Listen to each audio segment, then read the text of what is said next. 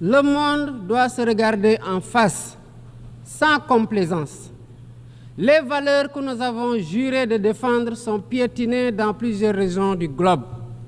Que l'on soit à Gaza, à Tel Aviv, à Dakar ou ailleurs, chaque être humain est porteur de cette égale dignité, une dignité qui transcende les frontières, les cultures et les appartenances religieuses.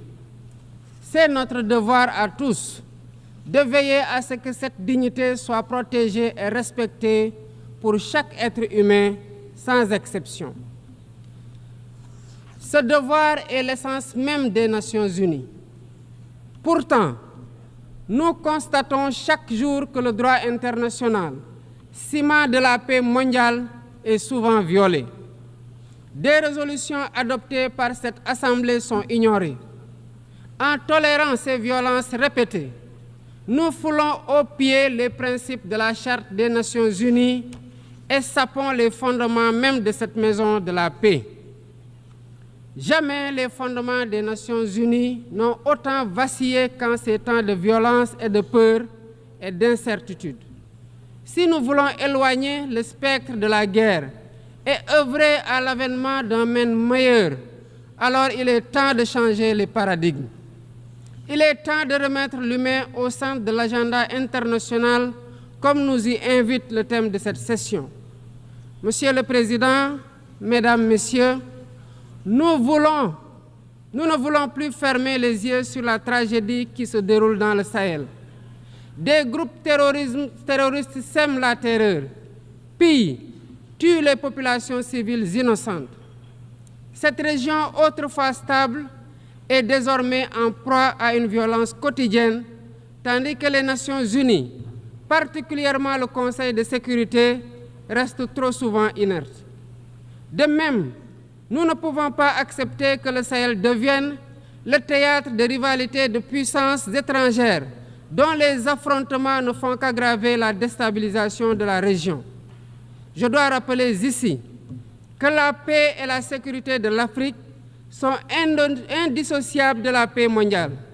Il est impératif que le Conseil de sécurité remplisse pleinement son rôle de garant de la stabilité internationale.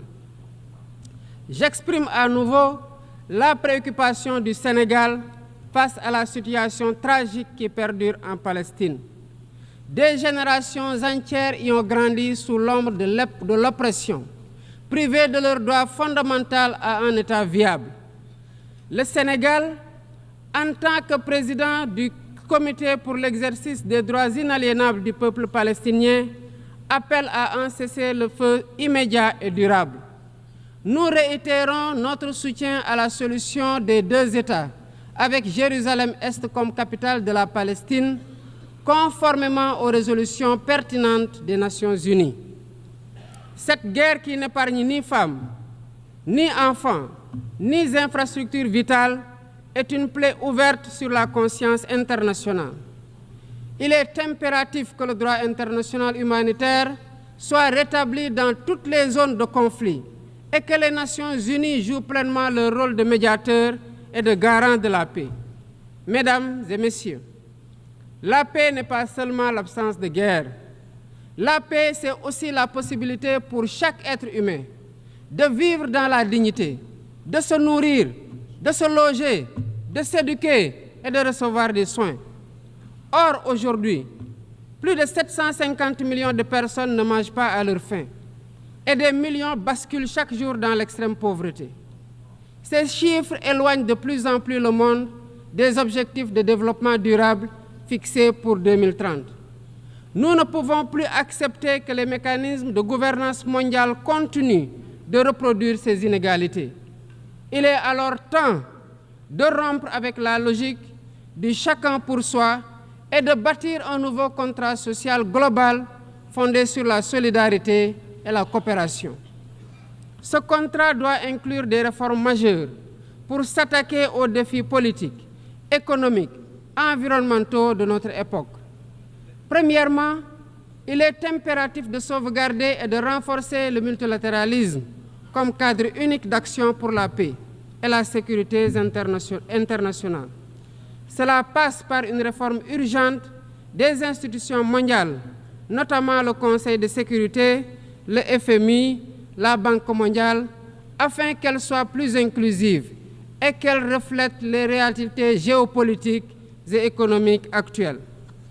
Le continent africain, en particulier, doit avoir une place plus importante dans ces instances de décision. Deuxièmement, il est temps de corriger les injustices économiques qui freinent le développement de nombreux pays du Sud.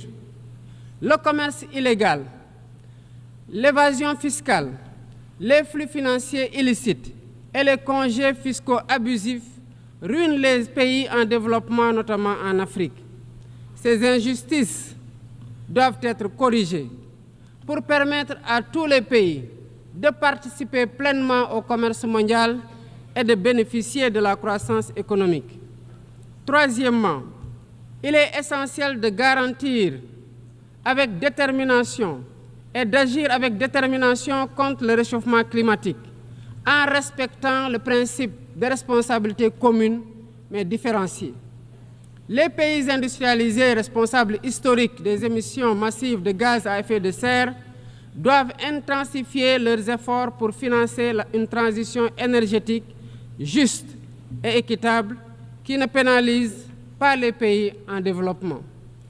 Nous devons impérativement protéger notre planète sans sacrifier les droits des nations les plus vulnérables à poursuivre leur développement.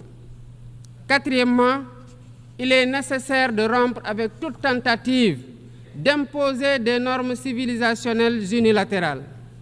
Depuis son indépendance, le Sénégal a toujours défendu l'égale dignité des cultures et des civilisations. Et cette diversité doit continuer à être la base de la coexistence pacifique entre les peuples. Aucune nation ne devrait imposer aux autres ses pratiques ou ses valeurs comme normes universelles. Le respect des différences est le fondement de la stabilité et de la paix dans le monde. Mesdames et messieurs, le Sénégal est fermement engagé dans cette voie. Nous avons choisi de bâtir un État résolument tourné vers le développement durable avec des initiatives ambitieuses dans des domaines tels que les énergies propres, la souveraineté alimentaire et la gouvernance transparente. Mais nous savons que pour réussir, nous avons besoin de l'action collective et de la solidarité internationale. Aucun pays, aussi puissant soit-il, ne peut relever seuls les défis qui menacent l'humanité. Il nous faut donc agir ensemble, unis dans la diversité, pour construire un avenir où la dignité humaine est respectée, où la justice prévaut et où la prospérité est partagée. C'est par la coopération et le respect mutuel que nous surmonterons les crises qui secouent notre monde. Je vous remercie de votre aimable attention.